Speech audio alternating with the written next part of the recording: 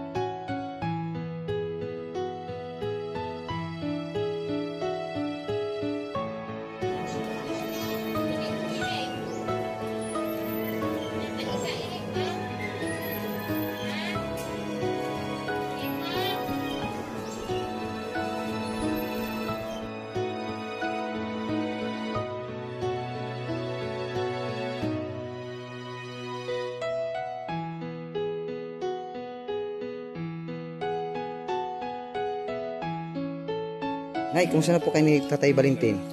Mabuti. Mabuti naman po.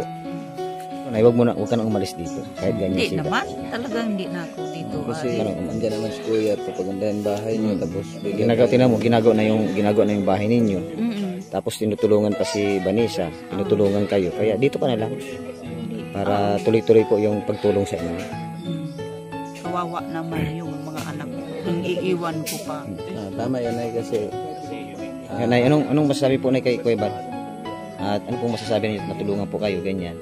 Nabuo po yung pamilya ninyo dahil sa Team Kalingap, dahil kay Kuya Val, kaya Ate Edna. Grabe ang pasalamat ko sa nagtabang sa ko, sa ubos-ubos. Yan sana po ang nasabi ko.